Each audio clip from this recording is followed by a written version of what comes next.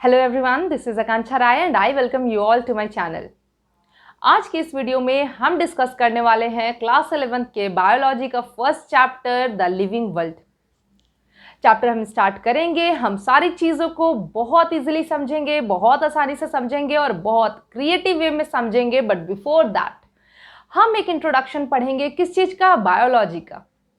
11th में आप biology opt कर रहे हैं सो दैट आप अपना करियर इसमें आगे बना सकें, तो ऑब्वियसली एक इंट्रोडक्शन की नॉलेज तो जरूरी है ही।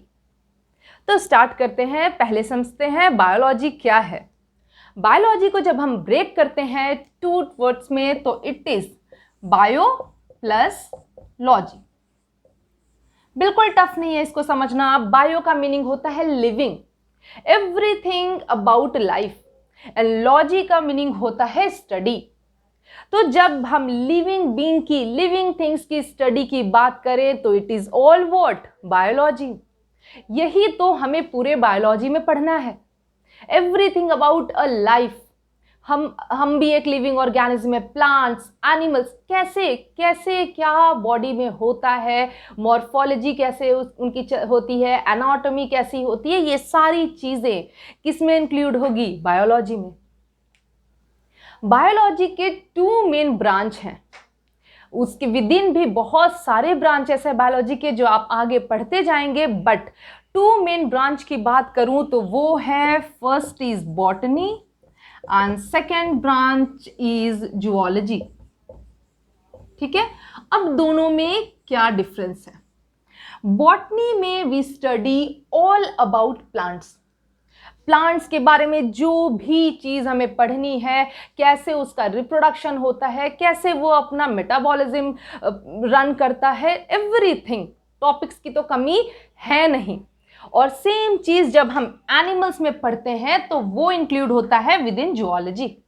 बस इतना सा डिफरेंस है। It's all about plants and here it is everything about animals. Clear है?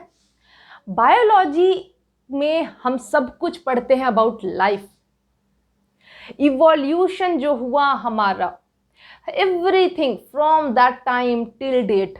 पास्ट की बात करें, हम प्रेजेंट की बात करें, फ्यूचर की बात करें, हमारा पूरा लिंक है विथ एवरीथिंग। और ये सब कुछ हम पढ़ते हैं बायोलॉजी में। बहुत अमेजिंग है, बहुत इंटरेस्टिंग कॉन्सेप्ट्स हैं इसमें, बिकॉज यहाँ पर हम वो चीज़ों को पढ़ते हैं, उन चीज़ों को पढ़ते हैं जो खुद हमारे बॉडी के अंदर चलती हैं। हम बाहर की किसी चीज़ को यहाँ पर नहीं पढ़ रहे हैं। तो अपने बारे में चीज़ों को जानना कितना इंटरेस्टिंग होगा, खुद आप समझ सकते हैं। ठीक है, सो ऑब्वियसली एक बहुत ही इंटरेस्टिंग सब्जेक्ट है and you have opted this, very good. ये पार्ट हो गया। Now let's talk about father of this 3, जिन्होंने बहुत कंट्रीब्यूशन दिया, जिनको ये एक दिया गया क्रेडिट, जो कहे जाते हैं फादर ऑफ बायोलॉजी या botany, zoology. Father of biology की बात करें तो है एरिस्टोटल, और ये बहुत इंपॉर्टेंट है, याद रखना है। ये स्टार्टिंग है अपने सब्जेक्ट का। तो father of biology is Aristotle, father of geology again is Aristotle. ये बहुत अच्छी बात है, बहुत इंटरेस्टिंग है। 2 नाम मिल गए। नाम तो परेशान करते हैं इधर, पर 2 नाम तो यहां पर मिल गए, अपने लिए आसान हो गया है कि नहीं? बॉटनी की बात करें तो यहां पर आते हैं थियोफ्रास्टस। नाम से तो डरना नहीं है, क्योंकि स्टार्टिंग में परेशान होगे नाम से तो आगे प्रॉब्लम होगी। अभी सोचते चलोगे कि इसको समझते चलना है स्टोरी की तरह, तो कुछ टर्म्स आएंगे वो खुद ही याद हो जाएंगे धीरे धीरे, रिपीटेड रिवीजन से, रिपीटेड स्टडीज से। ठीक है, तो it is all about introduction of biology. और अब हम आगे बढ़ते हैं हमारे चैप्टर की तरफ, which is the living world. Clear है? लिविंग वर्ल्ड हम लोग छोटे क्लास से पढ़ते आ रहे हैं, ऑल अबाउट लिविंग ऑर्गेनिज्म। ठीक है, हम लोग डिफ्रेंसिएशन पढ़ते आए हैं between the living things and non living things. हम अपने घर से बाहर निकले, हम चारों तरफ देखते हैं, हम दूसरे लोगों से इंटरैक्ट करते हैं, हम एनिमल्स देखते हैं, प्लांट्स देखते हैं, नॉन लिविंग थिंग्स देखते हैं। इतनी डाइवर्सिटी देखते हैं हम चारों तरफ में, है ना। तो हम वही जो पूरी लिविंग चीज़ें देख रहे हैं, इतनी डाइवर्सिटी देख रहे हैं, उन्हीं चीज़ों को हम पढ़ने जा रहे हैं इस चैप्टर में। ठीक है, चलो अभी तुमने बायोलॉजी पढ़ना स्टार्ट किया, मैं बायोलॉजी पढ़ा रही हूँ, तुम पढ़ रहे हो, तुम्हारे फ्रेंड्स बायोलॉजी पढ़ रहे हैं। अपने ग्रुप से मान लो किसी ने आकर पूछा कि तुम बायोलॉजी पढ़ रहे हो, समझ रहे हो ना, जब जानते हैं लोग कि बायोलॉजी पढ़ रहा है ऐसे ही बायोलॉजिस्ट बना देते हैं। तो आए बड़ा हमारा बायोलॉजी चेक करने के लिए एंड आके पूछ रहे हैं कि टेल मी, कैसे तुम प्रूफ दे पाओगे कि कोई भी चीज़ लिविंग थिंग है या नॉन लिविंग थिंग है। तुम तो बड़े खुश हुए, ले ये तो बहुत छोटे से पढ़ते आ रहे हैं, ये कौन सी बड़ी बात है, बहुत इजीली इसको एक्सप्लेन कर सकते हैं। मेरे पास बहुत सारे पॉइंट्स हैं जिसके बेसिस पे मैं डिफाइन कर सकता हूं कि कोई भी चीज़ क्या है, लिविंग थिंग है या नॉन लिविंग थिंग है, हम डिफाइन कर सकते हैं बिल्कुल। चलो जो पॉइंट्स अपने बुक में मेंशन है उसको फोकस करते हैं और स्टार्ट करते हैं। तो फर्स्ट पॉइंट जो मेंशन है इट इज ग्रोथ, ठीक। सेकेंड इज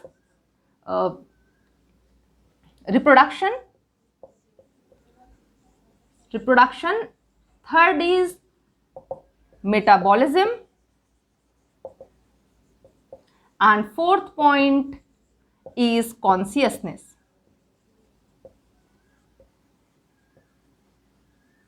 क्लियर है, ये दो टर्म तो तुम लोगों ने पढ़े ही होंगे, मेटाबॉलिज्म भी तुम लोगों ने टर्म पढ़ा होगा। ये टर्म सबको जनरली लाइफ के टर्म, लाइफ की बात करूं तो ये टर्म जो है हम लोगों के लिए फेमिलियर होता है। बट यहाँ पर हम एक एक टर्म को क्लियरली पढ़ेंगे और क्लियर करेंगे कि कैसे ये टर्म्स जो हैं वो डिफाइन कर पाएंगे हम किसी को कि कोई भी चीज़ लिविंग है कि नॉन लिविंग है।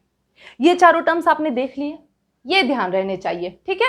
चलो अब हम स्टार्ट करते हैं from the first one which is growth. Clear है, एक एक को हम बहुत अच्छे से आराम से पढ़ेंगे। ग्रोथ की बात करूं, ग्रोथ क्या होता है, जब भी हम कहते हैं कि there is increase in mass, clear, increase in volume और इंक्रीज इन नंबर, इन तीनों को हम क्या करेंगे, डेजिग्नेट एज ग्रोथ। क्लियर है, तो ये तीनों चीजें हो रही हैं, यहां ग्रोथ हो रहा है। क्वेश्चन है ग्रोथ कैसे होता है, ये चीजें अगर मास बढ़ रहा है कैसे, वॉल्यूम कैसे, नंबर कैसे। मल्टी सेल्यूलर ऑर्गेनिज्म हो या यूनिसेल्यूलर ऑर्गेनिज्म हो, ग्रोथ कैसे शो करते हैं, by the process of cell division. Cell division अभी तुम लोगों ने टर्म पढ़ा होगा, बहुत ज़्यादा नहीं पढ़ा होगा, इसके बारे में पढ़ेंगे हम लोग, इस क्लास में पढ़ेंगे। But for now cell division, मान लो ये सेल है, ये डिवाइड करके क्या बनाएगा, 2 सेल, देन अगेन ये डिवाइड करके बनाएगा 2, it will go for making 2 and इस बढ़ते जाता है ये, ठीक है, ऐसे ही बढ़ते जाता है। जैसे जैसे ये नंबर इंक्रीज हो रहा है, साइज जो है वो इंक्रीज हो रही है, ग्रोथ हम देख सकते हैं, ठीक है। तो तुम बोल सकते हो कि ग्रोथ क्या है, एक फीचर है जो शो करता है कि कोई भी चीज लिविंग थिंग है, कह सकते हैं हम। बट अगर यहां पर तुमसे क्वेश्चन पुट किया जाए कि ओके फाइन, अगर ऐसा केस है तो tell me what about mountains.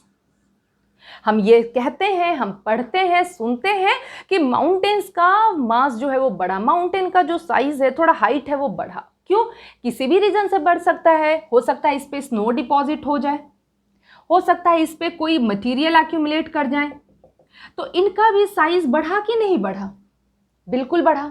तो क्या यहां पर ग्रोथ नहीं हुई, ग्रोथ हम कह रहे हैं इंक्रीज इन मास, वॉल्यूम, तो क्या यहां पर इंक्रीज नहीं हुआ, हुआ। तो इसके बेसिस पे क्या हम एकदम से क्लियरली प्रूफ दे पाएंगे कोई चीज लिविंग ही है, नहीं। अब यहां पर हमें दो टर्म समझना है। ग्रोथ होता है दो टाइप का, एक होता है extrinsic growth and next is intrinsic growth, ठीक है। जो यहाँ पर बाहर से एक्यूमुलेट हो रहा है, चीजें आ रही हैं और मास को, साइज को बढ़ा रही हैं, इसको हम लोग कहते हैं एक्सट्रिंसिक। बाहर से चीजें हो रही हैं, ठीक। और जब विद इन बॉडी होती है, जैसे हमारे बॉडी में सेल डिवाइड कर रहा है, प्लांट्स में, एनिमल्स में, जब इस तरह से सेल डिवीजन होता है बॉडी के विद इन, और हम देख पाते हैं increase in mass, volume, number, तो उसको हम लोग कहते हैं इंट्रिंसिक ग्रोथ। यहां पर दो टर्म मैं आप लोगों को बता रही हूं जो नेक्स्ट पॉइंट में भी यूज होंगे। जो कैरेक्टरिस्टिक हम पढ़ते हैं वो टू टाइप्स के होते हैं। एक होगा क्या, फंडामेंटल प्रॉपर्टी, एक होगी डिफाइनिंग प्रॉपर्टी। फंडामेंटल प्रॉपर्टी वो होते हैं जो लिविंग ऑर्गेनिज्म शो करते हैं, बट उसमें कुछ एक्सेप्शंस भी होते हैं। फॉर एग्जाम्पल ग्रोथ में हमने देखा, ग्रोथ जो फेनोमेना है वो लिविंग ऑर्गेनिज्म शो करते हैं, बट हमने एक एक्सेप्शन कहाँ ला दिया, माउंटेन के केस में, कि माउंटेन में भी हमें ग्रोथ दिख रही है। तो कैसे हम एकदम सर्टेनिटी के साथ बता सकते हैं कि ये लिविंग ऑर्गेनिज्म का ही कैरेक्टरिस्टिक है ना। तो ये यहां पर ये जो होता है ग्रोथ, ये फंडामेंटल प्रॉपर्टी है, इसको डिफाइनिंग प्रॉपर्टी नहीं बोलेंगे, कैरेक्टरिस्टिक है एक लिविंग ऑर्गेनिज्म का, बट डिफाइनिंग कैरेक्टरिस्टिक नहीं है। क्लियर है ये।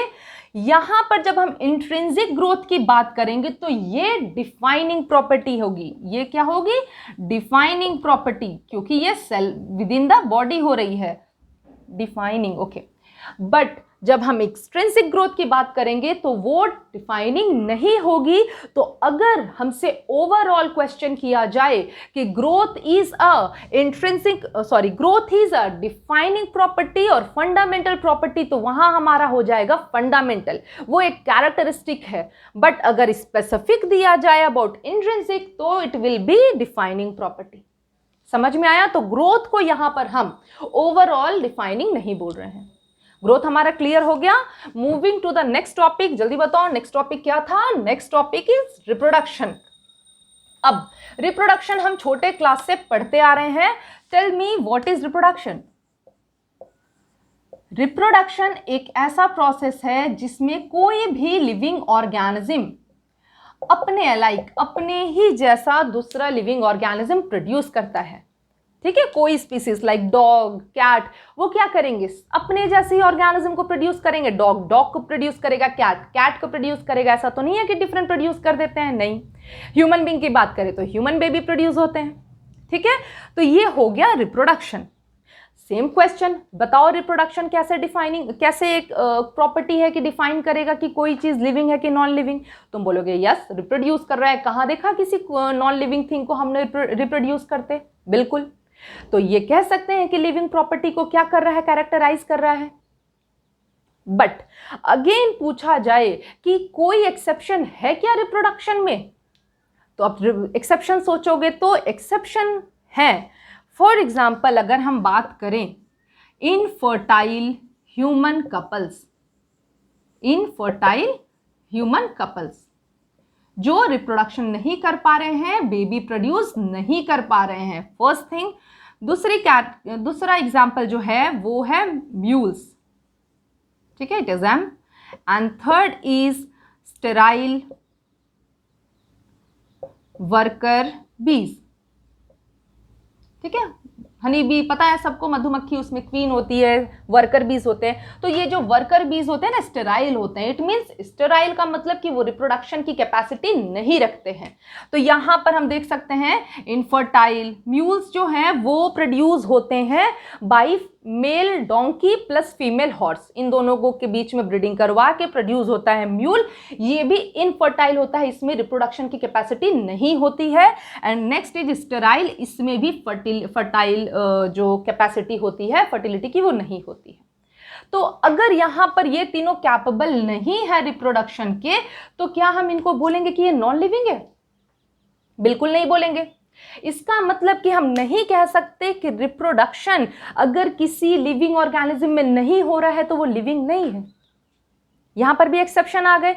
तो रिप्रोडक्शन को भी हम डिफाइनिंग प्रॉपर्टी नहीं बोलेंगे। क्लियर हो गई ये चीज। रिप्रोडक्शन भी एक कैरेक्टरिस्टिक है लिविंग ऑर्गेनिज्म का, फंडामेंटल प्रॉपर्टी है, बट ये डिफाइनिंग प्रॉपर्टी नहीं है। क्लियर हो गया रिप्रोडक्शन भी। चलो ये पार्ट हो गया। अब रिप्रोडक्शन के बारे में थोड़ा और डिस्कस कर लेते हैं कि रिप्रोडक्शन कितने टाइप के होते हैं। रिप्रोडक्शन जो है वो 2 टाइप्स का होता है। फर्स्ट इज सेक्सुअल रिप्रोडक्शन, ठीक है, and second is asexual reproduction. ये दोनों टाइप ऑफ रिप्रोडक्शन के बारे में तुम लोगों ने पढ़ा है क्लास 10th में। सेक्सुअल रिप्रोडक्शन की बात करें तो यहां पर इन्वॉल्व होते हैं 2 पेरेंट्स, और जब सेक्सुअल में हम ए वर्ड ऐड कर दे रहे हैं तो वहां पर 2 पेरेंट्स हो जाते हैं 1 पेरेंट, बस इतना डिफरेंस है। In sexual reproduction 2 parents are involve, तो दोनों पेरेंट्स से गैमेट इन्वॉल्व होते हैं, दोनों जब फ्यूज होते हैं न्यू ऑफस्प्रिंग बनता है, उसमें हमें जेनेटिक वेरिएशन देखने को मिलती है, ठीक है। बट हम एसेक्सुअल रिप्रोडक्शन की बात करें, तुम लोगों ने टाइप्स ऑफ एसेक्सुअल रिप्रोडक्शन भी पढ़ा है, budding, fission, fragmentation, regeneration, these are what types of asexual reproduction। यहाँ पर एक पॉइंट ध्यान देने की है कि जब भी कोई इंडिविजुअल ऑफस्प्रिंग बनता है एसेक्सुअल रिप्रोडक्शन से तो वो सेम पेरेंट की तरह होता है, उसमें कोई डिफरेंस नहीं होता पेरेंट से हटकर। वहाँ सिंगल पेरेंट है, वो डिवाइड कर रहा है, न्यू ऑफस्प्रिंग बन रहा है similar to its parent, and इसलिए हम लोग क्या कहते हैं उसको, हम लोग टर्म देते हैं क्लोन। जब भी कोई ऑफस्प्रिंग अपने पेरेंट्स के सिमिलर होता है, अलाइक होता है एवरीथिंग में, ठीक, उसको हम लोग कहते हैं एसेक्सुअल। मॉर्फोलॉजी हो या जेनेटिक लेवल पे वो सिमिलर है, इट इज क्लोन। बट ऐसा केस सेक्सुअल में नहीं होता है, ठीक है। इन सबको हम पढ़ेंगे इन डिटेल। चलो फिर अभी आगे बढ़ते हैं। रिप्रोडक्शन के बाद जो हमारा थर्ड फीचर था, क्या था third point, it was metabolism. Metabolism word पढ़ा है तुम लोगों ने, डिटेल में नहीं पढ़ा होगा, जस्ट आया होगा ये टर्म रेफरेंस में। अभी हम समझते हैं मेटाबॉलिज्म क्या होता है। हमारे बॉडी में रिएक्शंस होते हैं हर टाइम, क्योंकि हमारी बॉडी ऑल टाइम एक्टिविटी के लिए रेडी होती है। हमें कोई भी काम कभी करना होता है, बॉडी में हम फूड इनटेक करते हैं, वो डाइजेशन का प्रोसेस होता है, वहाँ पर एक्टिविटी होती है, केमिकल एक्टिविटी। जब फूड ऑक्सीजन हमारे सेल में पहुँचते हैं, वहाँ पर रेस्पिरेशन का प्रोसेस होता है, वहाँ एक्टिविटी होती है केमिकल रिएक्शंस की। तो जितने केमिकल रिएक्शंस बॉडी में होते हैं उन सब के सम को हम क्या कहते हैं, metabolism. Sum of all chemical reaction taking place in our body, ठीक है, sum of all chemical reaction taking place in our body. Clear हो गया, ये मेटाबॉलिज्म हमें समझ में आ गया, ठीक है। अब ये बताओ, मेटाबॉलिज्म की बात करें तो क्या इसे हम डिफाइनिंग प्रॉपर्टी बोलेंगे कि नहीं बोलेंगे। अभी हमने एक्सेप्शन पढ़ा रिप्रोडक्शन में कि वहां पर इनफर्टाइल कपल्स थे, म्यूल्स के बारे में पढ़ा हमने, स्टेराइल वर्कर बी के बारे में पढ़ा। वो रिप्रोडक्शन तो नहीं कर पा रहे थे, बट क्या बिना खाए वो रह सकते हैं, बिना रेस्पिरेशन के वो रह सकते हैं? नहीं। उनको अगर जिंदा रहना है, लिविंग रहना है, तो उनको खाना पड़ेगा, उनको ब्रीदिंग प्रोसेस करना पड़ेगा, और इन दोनों प्रोसेस के थ्रू तो उनके बॉडी में कितनी केमिकल एक्टिविटीज हो जाएगी। जहां केमिकल एक्टिविटीज की बात की, इट इज व्हाट, मेटाबॉलिज्म। तो मेटाबॉलिज्म को हम लोग कहते हैं defining property of living beings, ठीक है। इसको हमने क्या कह दिया कि it is defining property. Clear हो गया ये, इट इज डिफाइनिंग प्रॉपर्टी, ठीक है। चलो आगे बढ़ते हैं। डिफाइनिंग प्रॉपर्टी ऑफ ये हो गया। अभी मान लो एक एग्जाम्पल तुम लोगों को दूं, एक तुम लोगों को कंडीशन बोलूं कि तुम लोग एक कंडीशन अज्यूम करो कि कोई रिएक्शन हो रहा है, फॉर एग्जांपल डाइजेशन का ही रिएक्शन हो रहा है। हमने क्या किया, उस रिएक्शन को बॉडी में तो हो रहा है हमारे, हमने सारा सिस्टम बाहर प्रोवाइड कर दिया। लैब में हमने वो एक, मान लो कोई एपरेटस है, कोई एपरेटस तो क्या, कोई बीकर है, कोई टेस्ट ट्यूब में, उसमें हमने सारी चीज़ें प्रोवाइड कर दी। हमने फूड प्रोवाइड कर दिया, जिन एंजाइम्स की ज़रूरत है हमने वो प्रोवाइड कर दिया, ठीक है। तो वहाँ पर अगर वो प्रोसेस होता है डाइजेशन का, तो हम क्या कहेंगे कि वो लिविंग बीइंग है कि नॉन लिविंग थिंग है। क्योंकि यहाँ तो डाइजेशन प्रोसेस अपने बॉडी में हो रहा है, तो ये तो हम कहेंगे कि ये लिविंग प्रॉपर्टी है, हम लिविंग बीइंग हैं। बट अगर यही चीज़ बाहर कराई जाए, बाहर के इन्वायरमेंट में कराई जाए, सारी चीज़ें प्रोवाइड कर दी जाएं, तो क्या वो सिस्टम, मान लो कि ये इस सिस्टम के अंदर हमने सब कुछ प्रोवाइड कर दिया, तो क्या ये हम बोलेंगे कि लिविंग सिस्टम है? नहीं। बट इसके अंदर जो सारी एक्टिविटीज हो रही हैं वो लिविंग रिएक्शन है, क्योंकि वो ऐसे ही नहीं होंगी, हमने उसको लिविंग बॉडी से निकाल कर यहाँ पर पुट किया है, तो जो रिएक्शन हो रहे हैं वो लिविंग रिएक्शन है। बट जो ये पूरा सिस्टम है वो लिविंग नहीं है, और इसको हम लोग कहते हैं इन विट्रो। जब हम बॉडी से बाहर कोई रिएक्शन करवा रहे हैं सेम एज बॉडी, तो उसको हम लोग कहते हैं इन विट्रो, जो बुक में मेंशन है। ठीक, तो यहां पर रिएक्शन जो हो रहा है वो है लिविंग, बट हम इस पूरे सिस्टम को लिविंग नहीं कहेंगे। इस बेसिस पे हम एक और प्रॉपर्टी ला सकते हैं जिसको हम लोग कहते हैं सेल्यूलर ऑर्गेनाइजेशन। ठीक है, ये सेल्यूलर ऑर्गेनाइजेशन क्यों? किसी भी ऑर्गेनिज्म की हम बात करें, हम यूनिसेल्यूलर की बात करें, हम मल्टी सेल्यूलर की बात करें, सब किससे से फॉर्म होते हैं? सेल से ही तो बनते हैं। वो सिंगल सेल है तो वन सेल होगा, मल्टी सेल्यूलर है नंबर ऑफ सेल्स होंगे। बट बेसिक चीज क्या हो गई? सेल ही हो गए, सेल ही ऑर्गेनाइज होते हैं पूरी बॉडी को बनाने में, है ना। अगर हमें कोई केमिकल रिएक्शन देखना है, बोले मैंने कहा चलो मुझे मेटाबॉलिज्म है, मुझे मेटाबॉलिक एक्टिविटीज देखनी है, इसका मतलब जो केमिकल रिएक्शन हमारे बॉडी में हो रहा है मुझे वो ऑब्जर्व करना है, वो स्टडी करना है। तो वो कहाँ स्टडी करेंगे हम? In the cell only. Cell is the place जहां पर वो रिएक्शंस जो है सारे अकर हो रहे हैं। तो सेल्यूलर ऑर्गेनाइजेशन को भी हम कहेंगे defining property of living organisms. समझ में आया ये पॉइंट? तो we are clear about metabolism and cellular organisation. Last point हमारा जो बचा, इट इज व्हाट? वो है कॉन्सियसनेस। कॉन्सियसनेस का मीनिंग क्या हुआ सबको पता है? हम उसको जनरल लाइफ टर्म में यूज करते हैं। What is consciousness? चलो डिस्कस करते हैं। यहां पर फोर्थ पॉइंट इज कॉन्सियसनेस। हमारी बॉडी मीन्स किसी भी लिविंग ऑर्गेनिज्म की बात करें, हम प्लांट्स हो, एनिमल्स हो, ह्यूमंस हो, हम लोग बाहर के किसी भी स्टिमुलस, वर्ड होता है क्या स्टिमुलस, मतलब बाहर से अगर हमें कोई भी एक सिग्नल मिल रहा है कह लो, उसके अकॉर्डिंग हम रिस्पॉन्ड करते हैं। जैसे मान लो अभी किसी ने आके मुझको मारा, मैं तो तुरंत ऐसे रिस्पॉन्स करूंगी। अभी तुम्हारे घर में तुम लोग पढ़ रहे हो, अचानक से लाइट चले जाए, तुम तुरंत उसके अकॉर्डिंग तुम्हारा क्या है, एक डिस्ट्रैक्शन होगा, तुम देखोगे उधर। It means what? तुमने उसके प्रति रिस्पॉन्स शो किया। ठीक है, तो हम कोई भी लिविंग ऑर्गेनिज्म है वो रिस्पॉन्स शो कर पाते हैं, बट नॉन लिविंग थिंग नहीं कर पाते हैं। मान लो अभी घर में कोई फर्नीचर रखा है, तुमने लिया एक डंडा और ले मारना स्टार्ट किया, क्या वो बचने की कोशिश करेगा? क्या वो तुम्हें बोलेगा जस्ट डोंट बीट मी? नहीं, क्योंकि वो एक्सटर्नल स्टिमुलस जो है उसके लिए रिस्पॉन्स नहीं शो कर पाता है। ये प्रॉपर्टी सिर्फ लिविंग ऑर्गेनिजम्स ही शो कर सकते हैं। क्लियर हुई ये बात? चलो फिर आगे बढ़ते हैं। यहां पर स्टिमुलस समझ में आ गया हमें, कॉन्सियसनेस समझ में आ गया, रिस्पॉन्स टू यानी एक्सटर्नल स्टिमुलाई। जैसे हम लोग प्लांट की बात करें तो सनफ्लावर हम लोगों को पता है कि लाइट की तरफ उसका डायरेक्शन हो जाता है, वो क्या है? लाइट की तरफ उसका स्टिमुलस। तुम लोगों ने प्लांट सुना होगा जिसको टच करते हैं एंड वो क्या कर जाता है? खुद को कॉन्ट्रैक्ट कर लेता है। That is what? Response to your touch. तो ये सारी चीजें किस में आ गई? कॉन्सियसनेस में आ गई। ये क्लियर है? चलो अभी अगर मैं पूछूं कि कोई अगर कोई पेशेंट है और डॉक्टर बोल रहे हैं कि वो किस में है? कोमा में। तुमने सुना है ये टर्म। और उसके बॉडी को सपोर्ट दिया जा रहा है विथ हेल्प ऑफ मशीन्स। उसके हार्ट को, उसके लंग को मशीन के थ्रू सपोर्ट दिया जा रहा है, और उसका जो बॉडी है वो कॉन्शियस नहीं, वो किसी चीज़ के लिए रिस्पॉन्स नहीं शो कर पा रहा है।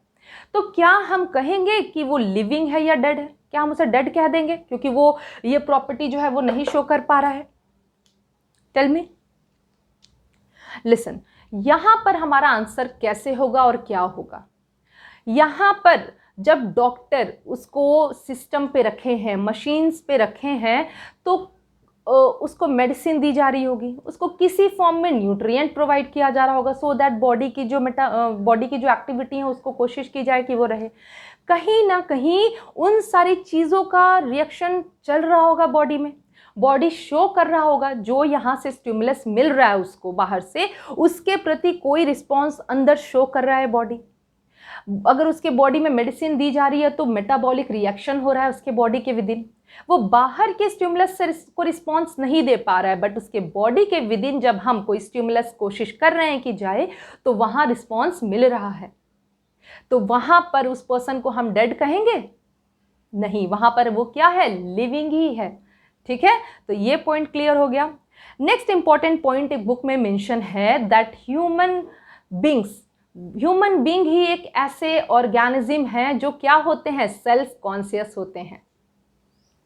यहां पर हम एनिमल्स को, प्लांट्स को क्यों नहीं मेंशन कर रहे? Why we are mentioning only human beings? अभी खुद सोचो, हम बाहर निकलते हैं, मेंटेन होके निकलते हैं, हम देख के निकलते हैं हम कैसे दिख रहे हैं, हम प्रॉपरली ड्रेस्ड है कि नहीं, कोई प्रॉब्लम है या नहीं, हम अपने अगल बगल के लोगों के बारे में अवेयर रहते हैं, कौन कैसा है, ये सारी चीज़ें हमें पता होती हैं। हम बाहर निकलते हैं, हम क्या कैरी कर रहे हैं, एक एक चीज़ के बारे में हमारा माइंड जो है वो अलर्ट रहता है।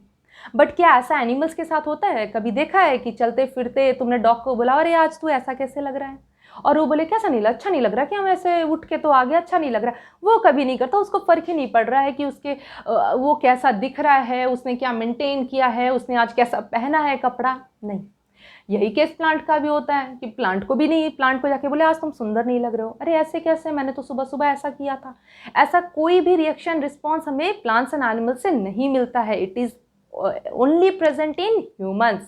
ठीक है, तो ये भी एक पॉइंट था जो क्लियर हो गया।